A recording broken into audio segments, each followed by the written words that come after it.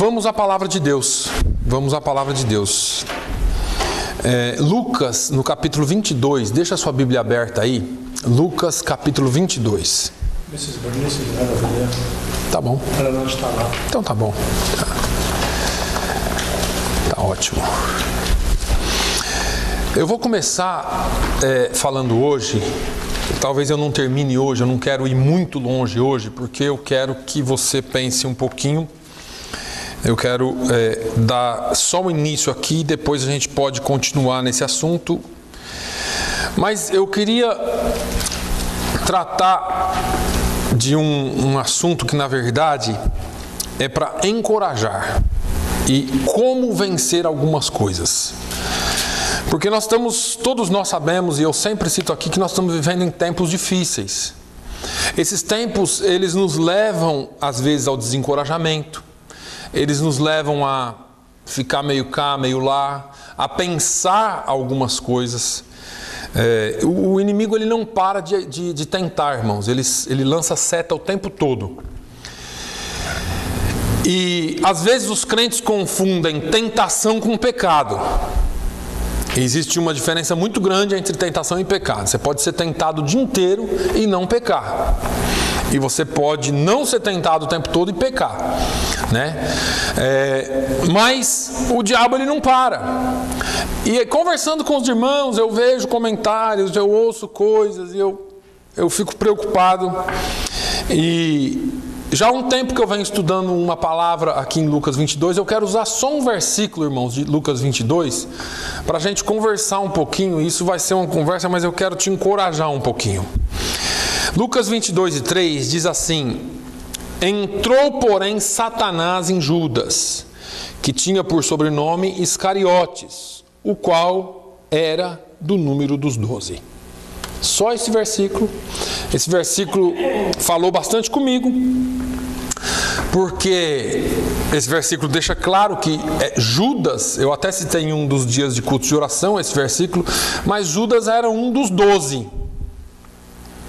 Então, só para a gente recapitular aqui, Jesus tinha 12 discípulos mais próximos e tinha uma série de outros discípulos, muitos outros discípulos. Mas esses 12 Jesus escolheu para treiná-los. Então, e eu estou falando isso aqui para você se encorajar. Então, Judas tinha como mestre Jesus. Não se esqueça disso. O mestre de Judas, o professor de Judas, aquele a quem ele seguia e ouvia o tempo todo, era Jesus. Não era um qualquer. Aí, nós sabendo isso, Judas estava próximo de Jesus, Judas estava acompanhando Jesus. Judas, irmãos, é um daqueles que a gente costuma citar Pedro, né? Pedro andou sobre as águas, Pedro viu isso, Pedro viu aquilo. Judas também viu todos os milagres, Jesus ressuscitando o filho da viúva de Naim, a filha de Jairo. Judas viu Jesus multiplicar os pães, aliás, ajudou. Judas viu Jesus fazer tanta coisa, cura um, cura outro. Judas estava lá. Judas foi um dos 70 que foi enviado. E voltou impressionado e dizendo para Jesus: Jesus, os espíritos imundos são sujeitos a nós. E Jesus deu uma palavra ali que na hora eles não entenderam, mas aqui dá para entender. Jesus disse assim: olha, não se surpreenda, não fique alegre porque os demônios se sujeitam a vós, mas alegrai-vos por ter o vosso nome escrito no livro da vida. Eu vejo Jesus olhando para os 12 discípulos, ou para aqueles 70, incluindo os 12, e dizendo assim: olha, esse negócio de performance é muito bonito. Esse negócio do demônio se sujeitar a vocês é muito bonito também, impressiona as pessoas. Só que melhor do que isso é você ter o nome escrito no livro da vida. Porque muita gente está preocupado com os sinais, muita gente está preocupado com a aparência, enquanto muitos daqueles que têm a aparência não têm o nome escrito no livro da vida. Então isso é muito importante nós sabermos. Mas vamos lá, eu não estou aqui para denegrir aqueles que fazem, muito pelo contrário, nós temos que ter, sim, as manifestações espirituais. Mas Judas viu e caminhou com Jesus todo o tempo. Aí vem esse versículo aqui, no final do ministério de Jesus na terra, que machuca demais, que diz: mas entrou, porém, Satanás em Judas. A pergunta é: crente fica endemoniado? Né? Se um crente da igreja de Jesus ficou endemoniado, da minha também fica.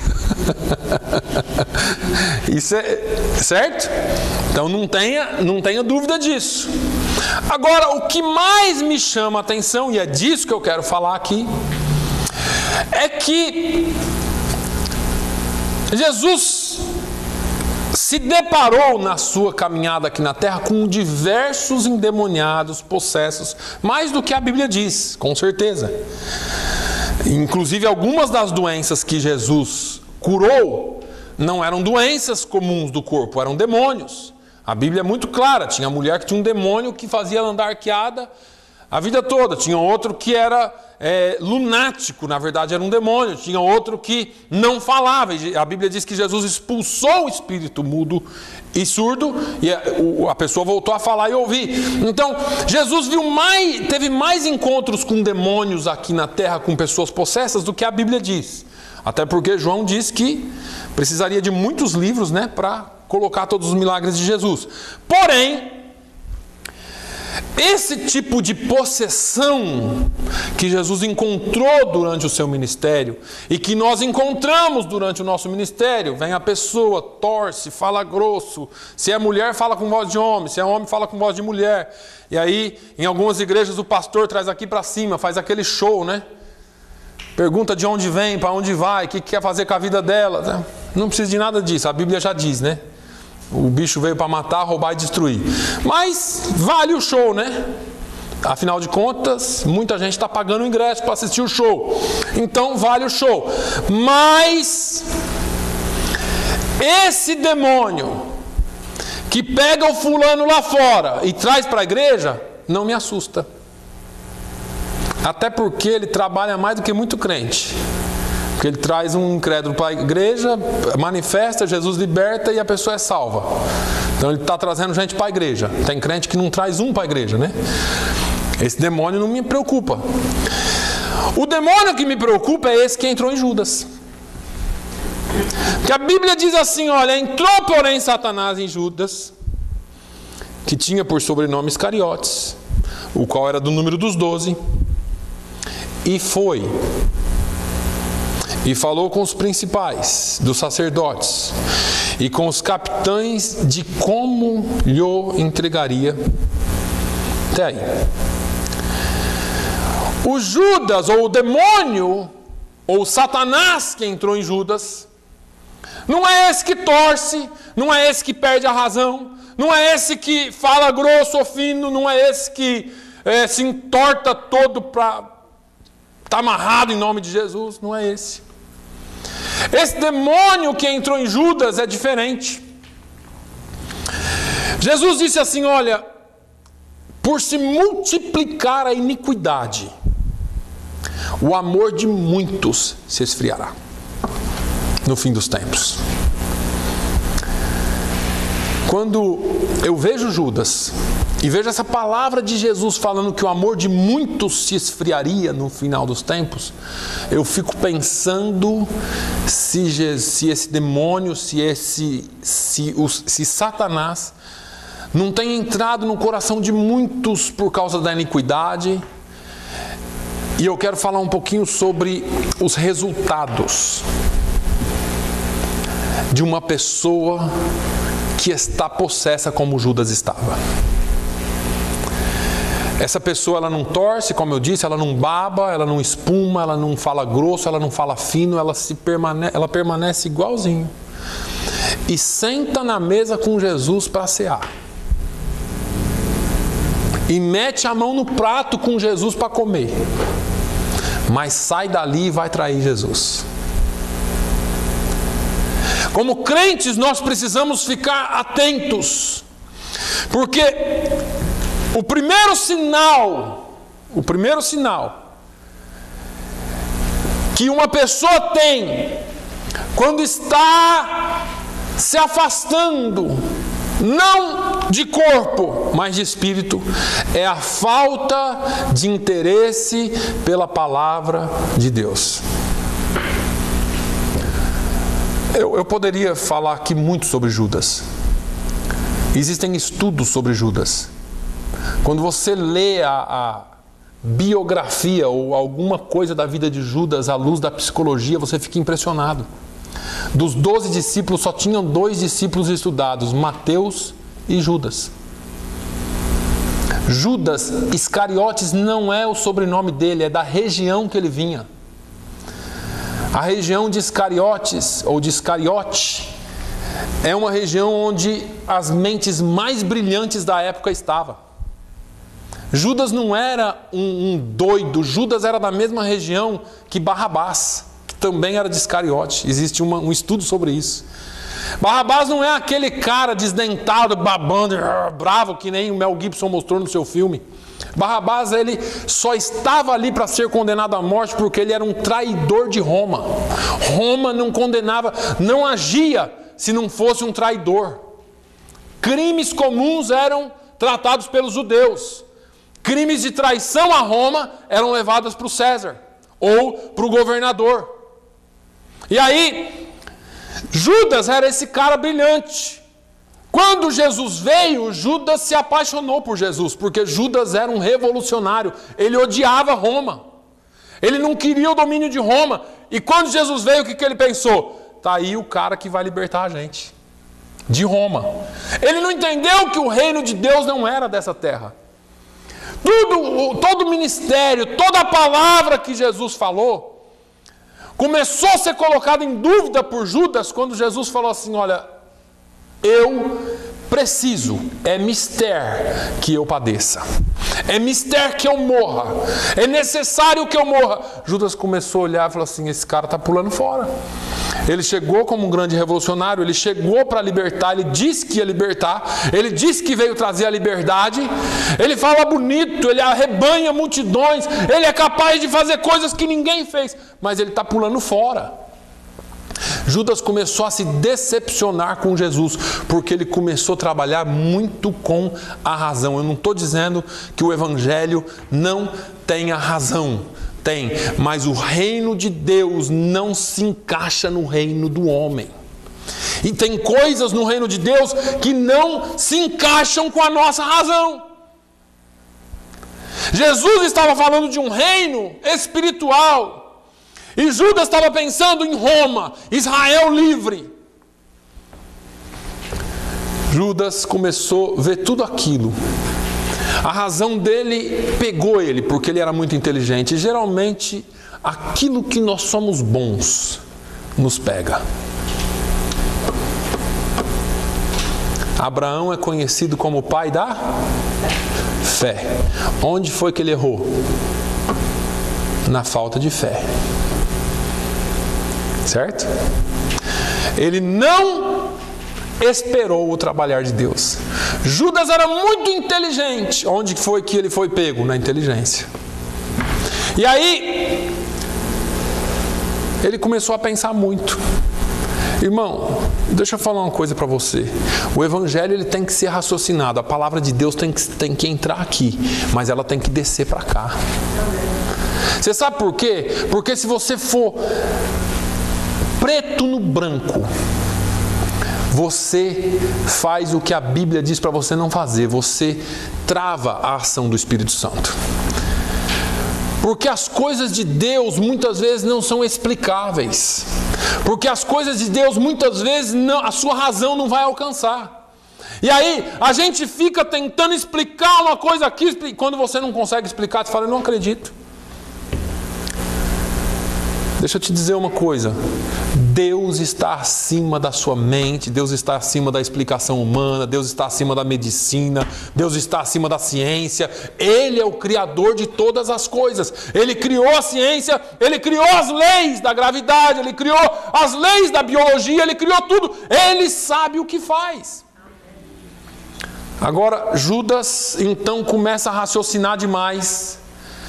E aí, tudo aquilo que ele havia visto, tudo aquilo que Jesus havia falado, tudo aquilo que ele havia ouvido, foi deixado de lado.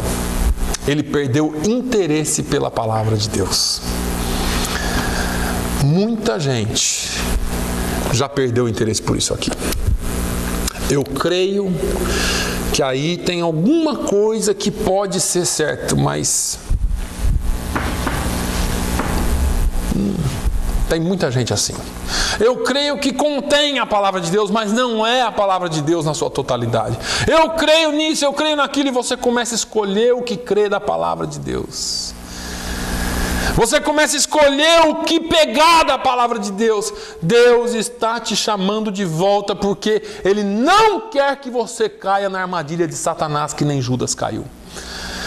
O interesse pela palavra de Deus, quando ele é perdido por completo, quando você não quer mais saber da palavra de Deus, você está correndo um risco enorme.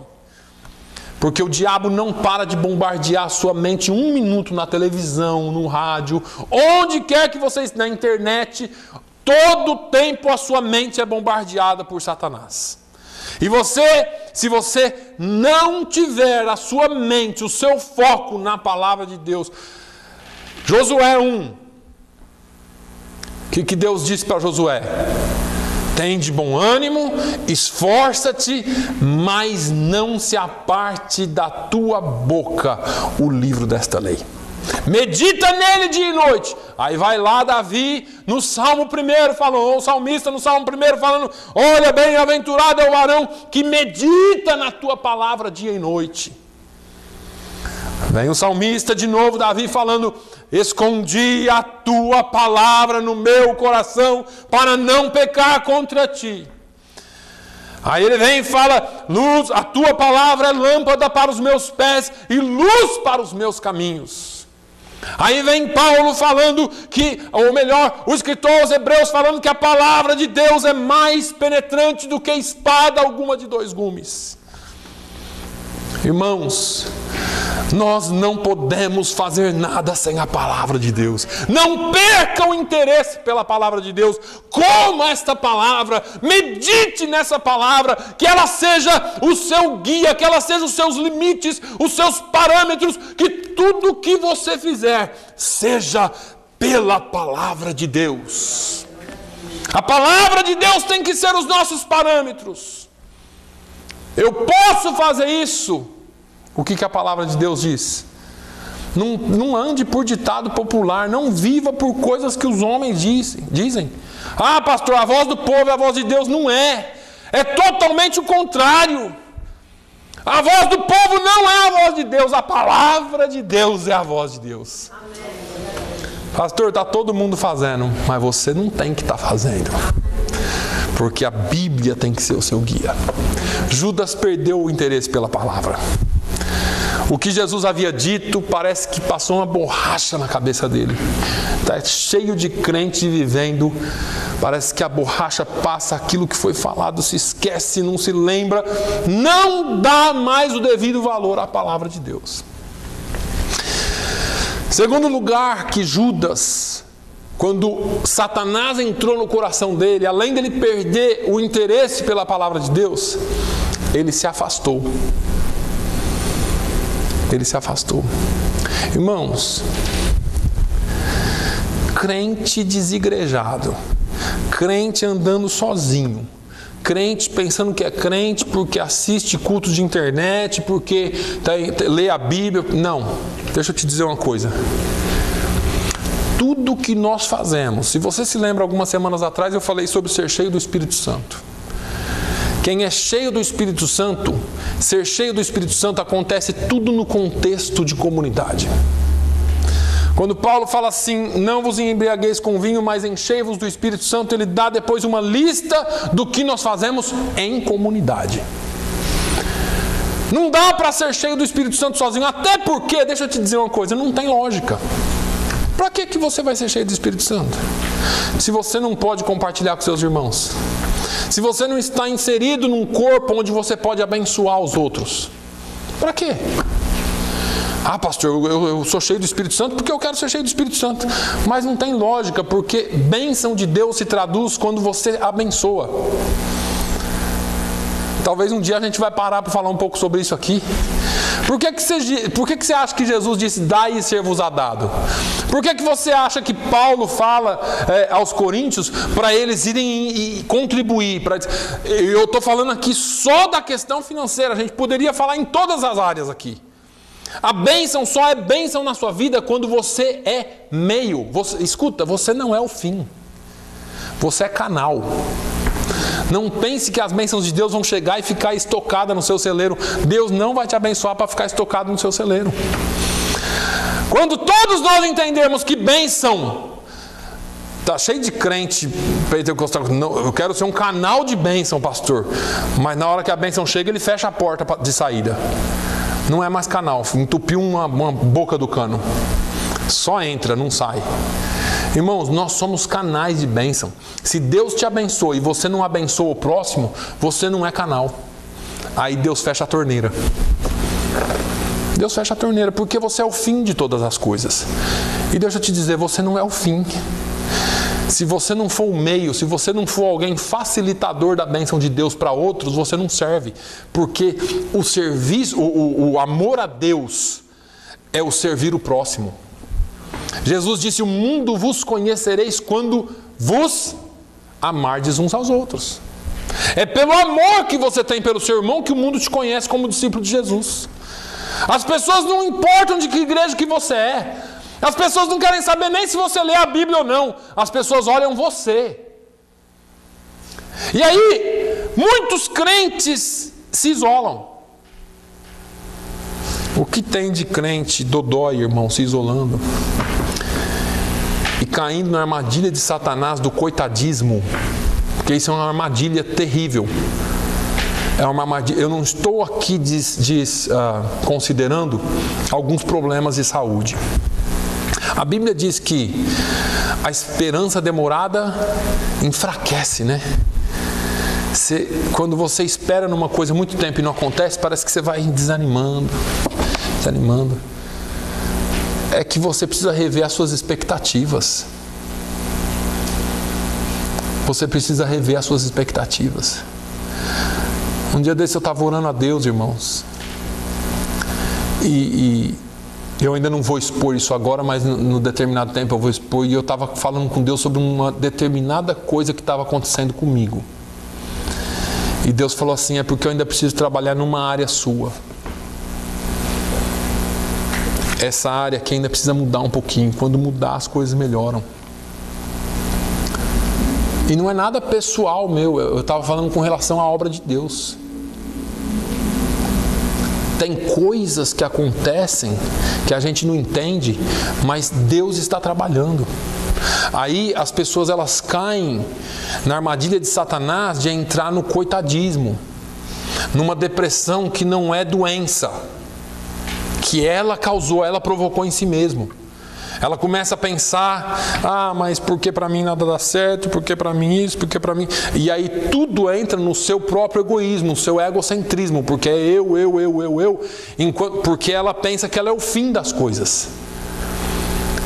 Se a pessoa deixar fluir mais, e abençoar mais, e passar por ela mais, aquela bênção que passa é cura. Nós precisamos entender, irmãos, que isolar ou isolamento é morte. Ovelha que anda desgarrada de aprisco quer morrer, é presa fácil para o lobo. Ovelhas têm que estar juntos, porque onde está o pastor, a defesa? Onde está o pastor, a defesa? Onde está o grupo, a defesa? Se nós não olharmos uns pelos outros, se nós não orarmos uns pelos outros, já diz o velho ditado, né? Quem não é visto não é lembrado. Então você não vem hoje, você não vem amanhã, o pastor também não te liga, não está nem aí, isso, aquilo. E aí vai passando. Outros não querem que o pastor liga. Tem gente, irmãos, que eu já liguei 10 vezes e não me atende. E depois manda uma mensagenzinha, está tudo bem. Amém, está tudo bem. O que eu posso fazer? Eu estou tentando ajudar, eu estou tentando me aproximar. Acontece que cada um tem a sua forma de viver, mas Deus tem uma forma única de viver para nós. Judas, ele se separou do grupo. Não é a única vez, a Bíblia fala de outras vezes que Judas esteve fora, que Judas já não estava mais, que ele estava em algum lugar. Aí você pega o crente meio distante. Aí você fala, pastor, você veio falar de demônio aqui hoje, de coisa... Não, eu só estou tentando dizer que você precisa continuar na palavra de Deus, que você não pode se afastar da sua congregação. O escritor aos Hebreus diz assim, olha, não vos afasteis, não deixais de congregar, como alguns têm feito. Não se afaste da sua congregação, como alguns têm feito.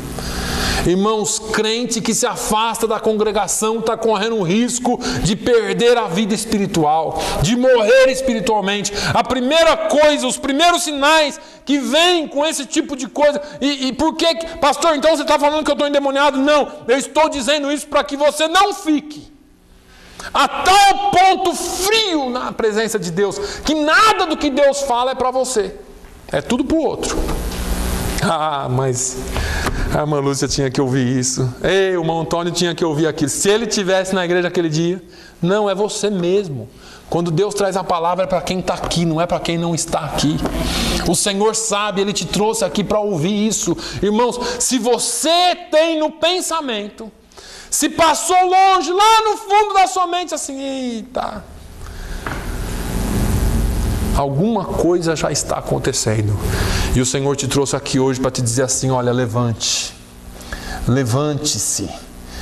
força, esforça-te. Tem hora, irmãos, que crente fica assim, oh Jesus me ajuda, oh Jesus me fortalece, oh Jesus me dá força. E eu ouço Deus falando para Josué, esforça-te e tem de bom ânimo.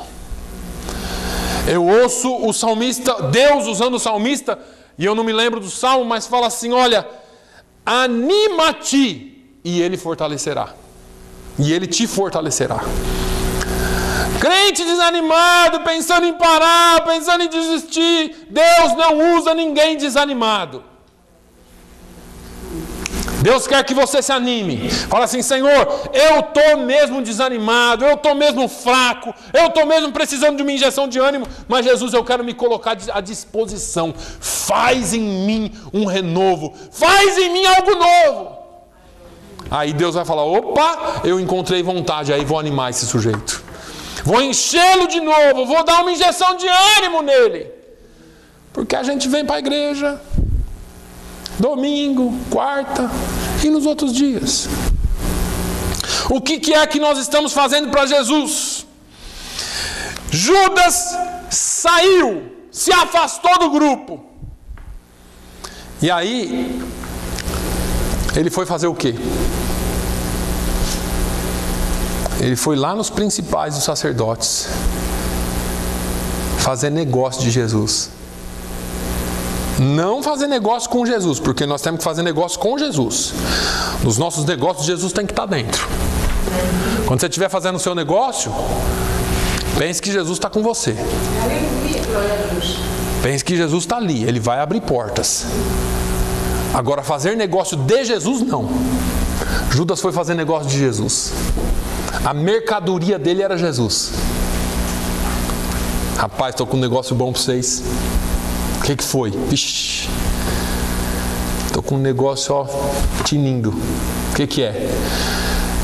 Eu sei quem é o fulano, eu sei onde ele fica, eu sei onde ele frequenta, e dependendo de quanto vocês pagarem, a gente faz um negocião aqui. É assim. Aí você fala assim, pastor, mas ninguém faz isso. Faz sim. O que mais se tem feito é negócio com Jesus. O que mais se tem feito no púlpito é negócio com Jesus. O altar de Deus se transformou num balcão de bênçãos. As bênçãos de Deus se tornaram mercadoria. O povo é o consumidor. E aqui atrás está o vendedor das bênçãos, lucrando com as bênçãos de Deus. Só que Deus não está nesse negócio. Deus não está nesse negócio. Tiago fala que o povo é engodado, é enganado pela sua própria e atraído pela sua própria concupiscência. As pessoas, elas são atraídas porque elas querem mais, é o egoísmo, é o Judas. Eu quero, eu estou precisando. Irmãos, se for falar em necessidade, eu preciso de muita coisa, mas nem por isso eu faço negócio com Jesus. Eu ainda quero, eu já falei para Jesus, eu sei, não é isso que eu quero, mas se for para eu ir para o inferno por causa de dinheiro, eu vou morrer comendo ovo. Já falei isso para Deus. Se for para o dinheiro me levar para o inferno, negativo. Agora, Deus pode nos prosperar. Deus pode trabalhar em nós, Deus pode nos prosperar não só financeiramente, Ele pode nos prosperar como igreja, Ele pode nos prosperar como ministério, Ele pode alargar as nossas fronteiras, mas nós não podemos fazer negócio com Deus. Irmãos, todos os dias nós somos tentados, principalmente liderança, a mudar a estratégia. Mudar a estratégia não é pecado. Você pode usar estratégias diferentes. Pecado é você fazer negócio com o Evangelho. E todos os dias vem a tentação. Todo dia chega alguém e fala assim: não, pastor, mas tem que fazer isso. E eu não estou brincando, não estou exagerando, não. É todo dia, quando não por telefone, quando não por algum vídeo, quando não por alguma mensagem, quando não, alguém vem e fala: rapaz, se você não fizer um negócio aí que chama atenção, o povo não vem não. Você vai morrer a igreja com 10, 15. Desde que esses 10, 15 vão para o céu, eu estou feliz com Jesus. Porque o meu concerto, o meu combinado, o meu trato, o meu contrato com Deus não é número. É fidelidade. O meu acordo, o meu pacto com Deus é ser fiel a Ele. É pregar o Evangelho puro. Não é encher isso aqui não. Se vier por causa do Evangelho puro, graças a Deus. Mas se não vier, eu estou feliz com aqueles que Jesus me deu. Eu não vou negligenciar aquilo que eu tenho para fazer na obra do Senhor, por causa de negócios com o Evangelho, negócios espúrios. Isso aqui não é uma casa de políticos, onde se negocia a morte de alguém, onde se negocia a morte de um país inteiro, não. Isso aqui é a casa de Deus, e o Senhor já falou isso lá no passado.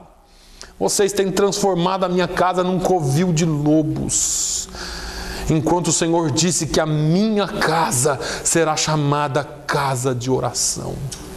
Essa casa não é para se transformar num lugar de vendas. Pastor, vamos fazer aqui um negócio para chamar o povo, uma campanha, isso, aquilo. Quer fazer campanha? Vamos fazer campanha de oração.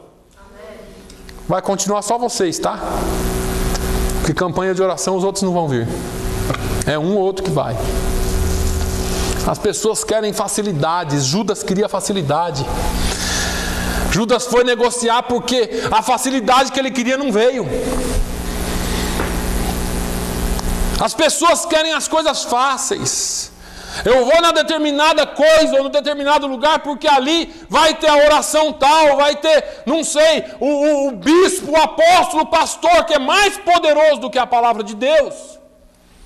E vai orar e o meu milagre vai acontecer. Deixa eu te dizer uma coisa, o milagre de Deus vai acontecer e acontece na vida daqueles que creem, e na vida daqueles que buscam, e na vida daqueles que são fiéis em primeiro lugar. As pessoas ficam buscando... E outra coisa, nós não estamos aqui, irmãos, existe um conceito errado sobre as bênçãos de Deus, ou sobre o porquê que Jesus veio. A Bíblia nunca falou que nós teríamos conforto. Jesus foi muito claro com isso. Domingo passado o Joe Fonte pregou aqui sobre paz. Olha, eu vos falo isso para que tenhais paz. Mas no mundo tereis aflição. Irmãos, paz e conforto tem uma distância muito grande. Nós podemos ter paz em meio à tempestade, mas você vai estar na tempestade. Agora a vida também não é só tempestade. Existem momentos de multiplicação, existem momentos de cura, existem momentos de milagre, existem momentos que a glória de Deus desce, como lá no dia de Pentecostes, mas existem os momentos de perseguição, existem os momentos de fornalha, existem um momento de dificuldade, e foi isso que Jesus quis advertir. Tem que ter paz no milagre, mas tem que ter paz na tribulação. Jesus veio para trazer paz. Eu vos tenho dito isto, para que em mim tenhas paz. Tenhais paz. Não adianta você querer ter tudo. Não adianta. Ou você vai ter uma coisa, ou você vai ter outra. Tem momentos que o Senhor vai multiplicar. Tem momentos que o Senhor vai abrir portas onde você nunca imaginou. E você vai falar assim: Jesus, é só o Senhor mesmo. E tem hora que você vai estar no meio do turbilhão e nem a voz dele você vai conseguir ouvir. Mas ele disse: eu vos tenho dito isto, para que em mim tenhais paz. A sua paz não depende do seu sentimento. A sua paz depende daquilo que você sabe quem ele é. Judas perdeu esse negócio. Judas perdeu essa paz e foi fazer negócio com Jesus. Aí você vê crente pulando de galho em galho, indo de tudo quanto é buraco atrás de milagre. Irmãos, seja fiel a Deus e Ele vai cuidar de você. Seja fiel a Deus e Ele vai trazer. A Bíblia diz que as bênçãos te acompanharão. Jesus diz que os milagres seguirão aos que crerem. Não é para você correr atrás de milagre, é milagre que vai correr atrás de você.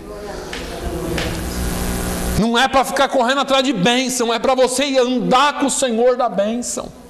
Se a tua mão fores comigo e me livrares do mal.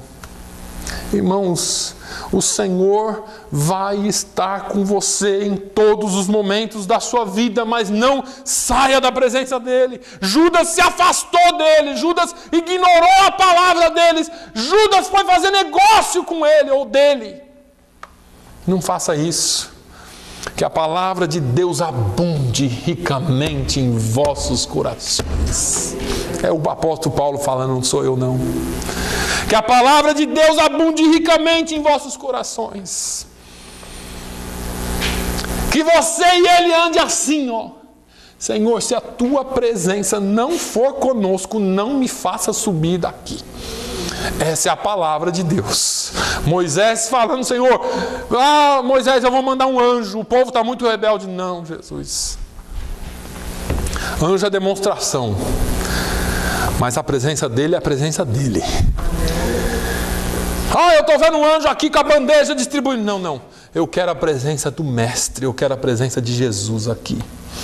Eu dispenso a presença do anjo, porque se o Deus dos céus estiver comigo, e está, se o Espírito Santo está dentro de você, irmãos, é a mão dele contigo, é ele contigo, caminha contigo, onde quer que passares, ele estará contigo. E aí você nunca fará negócio dele, nunca. Jesus, olha, eu vou fazer jejum de 10 dias, mas o Senhor precisa abrir essa porta para mim. Não é assim que funciona. Infelizmente nós aprendemos errado. Jejum não é para abrir porta. Jejum é para mudar você e outras pessoas. Qualquer hora nós vamos aprender sobre jejum aqui. Quando Deus faz é pela misericórdia dele. Aí você vai citar exemplos, você vai falar assim: pastor, mas lá Ruth fez jejum para isso, para aquilo. Deus abriu portas em uma ocasião especial para uma nação. Mas não é a regra, jejum muda nós, jejum fortalece o nosso espírito. O Espírito de Deus tem liberdade para trabalhar em nós, mortifica a nossa carne. E aí você consegue ouvir melhor Deus falar qual que é a visão dele para você, o ministério dele para você. Jejum não é para Deus abrir porta de emprego. Até porque Deus pode abrir várias portas de emprego sem você jejuar. Só que qual delas você vai entrar, aí depende do jejum. Porque aí você vai ter mais condições de ouvir Deus. Quando o seu espírito está fortalecido, quando a sua carne está morta ou mortificada, a porta que você tem que entrar nem sempre vai ser a mais rentável. mas vai ser a mais abençoada, porque você ouviu Deus, porque você conseguiu ouvir a palavra dele. Irmãos, Deus nos trouxe aqui essa manhã para dizer para você: não desista, não saia da presença, não desista de ouvir a palavra, não saia da presença dele e não faça negócio com Deus ou de Deus. Nós vamos continuar falando sobre essa palavra, porque os resultados disso aqui são terríveis. Judas poderia fazer, ele fez parte de uma certa forma, mas ele poderia fazer parte do plano de Deus para a redenção da humanidade pelo outro lado, mas ele se deixou levar e foi pelo lado pior. Nós podemos fazer parte da redenção da história da humanidade, pelo menos na nossa região e em algumas regiões da terra que nós participamos, de uma forma que vai impactar vidas, pelo lado bom, pelo lado divino, ou então você pode partir para o outro lado. Mas que o Senhor nos guarde, que o Senhor proteja a sua igreja, que o Senhor proteja esses poucos que nós somos aqui, para que nós sejamos de impacto para esse mundo e que a nossa vida reflita em bênçãos eternas na vida de pessoas, não bênçãos passageiras. Amém? Que a sua vida seja uma bênção que vai refletir na eternidade. Quando alguém chegar lá no céu, Deus vai depositar na sua conta, do que aquela bençãozinha que você escolheu aqui. Eu quero um dia chegar no céu. Lembra do pastor Tomarati que teve aqui? Um africano que teve aqui, ele falou das duas moças que pagaram para ele estudar. E ele falou: o dia quando a gente chegar no céu, essas duas moças vão estar na minha frente na fila.